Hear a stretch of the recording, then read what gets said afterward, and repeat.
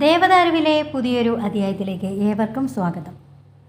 ഏതു വലിയ കടങ്ങളും തീരുവാനായിട്ടും സമ്പത്ത് ഉയരുവാൻ വേണ്ടിയും സങ്കടങ്ങൾ മാറുവാൻ വേണ്ടിയും ശ്രീകൃഷ്ണ ജയന്തി ദിവസം ഇങ്ങനെ ചെയ്യുക. ഈ ഒരു വഴിപാട് നടത്തിയാൽ നമ്മുടെ ജീവിതത്തിൽ നിന്നും കടമെന്ന ആ ഒഴിയാബാധയെ എന്നേക്കുമായിട്ട് ഇല്ലാതാക്കുവാനായിട്ട് നമുക്ക് സാധിക്കും. ഭഗവാന്റെ കടാക്ഷത്തിൽ സാമ്പത്തികമായിട്ട് മുന്നേറുവാനും പുതിയ വഴികൾ ജീവിതത്തിൽ വന്നു ചേരുന്നതിനും ഇങ്ങനെ ചെയ്താൽ മതിയാവും. കുചേലനെ കുബേരനാക്കിയ സാക്ഷാൽ ശ്രീകൃഷ്ണ ഭഗവാൻ ഭക്തരുടെ നമ്മുടെ എല്ലാവരുടെയും നിഷ്കളങ്കമായ ഭക്തിക്ക് മുന്നിൽ നൽകാത്ത സൗഭാഗ്യങ്ങൾ ഒന്നും തന്നെ ഇല്ല എന്ന് തന്നെ പറയാം.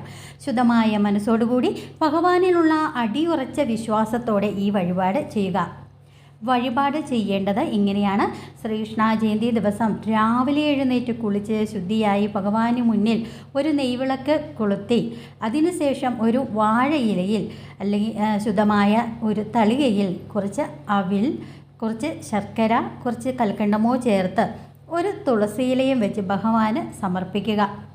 അത് നമ്മുടെ കടങ്ങളും സങ്കടങ്ങളും ആകുലതകളുമൊക്കെ നമുക്ക് ഭഗവാനോട് പറഞ്ഞിട്ട് നമ്മൾ പ്രാർത്ഥിക്കുക. മനസ്സുരുകി ഭഗവാന്റെ മുന്നിൽ ഈ സമർപ്പണം ചെയ്തിട്ട് മനസ്സുരുകി നമ്മുടെ സങ്കടങ്ങളും നമ്മുടെ കടങ്ങൾ ഏതാണോ അതെല്ലാം തീരണേ ഭഗവാനെ, ഞങ്ങളെ എല്ലാം കാത്തുരക്ഷിക്കണേ ദൈവമേ, ഞങ്ങൾക്ക് എല്ലാവിധ സാമ്പത്തിക ഉന്നമനവും ആരോഗ്യവും ആയുസ്സും എല്ലാം തരണമേ എന്ന് പ്രാർത്ഥിച്ച് നമുക്ക് ഭഗവാന്റെ മുന്നിൽ നമ്മുടെ സങ്കടങ്ങൾ അറിയിക്കാം. ഇത് വീട്ടിൽ ഈ വഴിപാട് ചെയ്യാനായിട്ട് ബുദ്ധിമുട്ടുള്ളവർക്ക് അടുത്തുള്ള ശ്രീകൃഷ്ണ ക്ഷേത്രത്തിൽ അവിൽ നിവേദ്യം വഴിപാടായി കഴിപ്പിച്ച് പ്രാർത്ഥിക്കുക.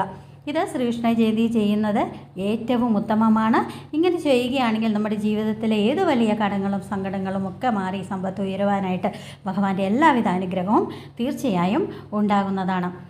ഏവർക്കും ഭഗവാന്റെ അനുഗ്രഹം ഉണ്ടാവട്ടെ. ശ്രീകൃഷ്ണ ജയന്തി ആശംസകൾ അറിയിച്ചുകൊള്ളുന്നു.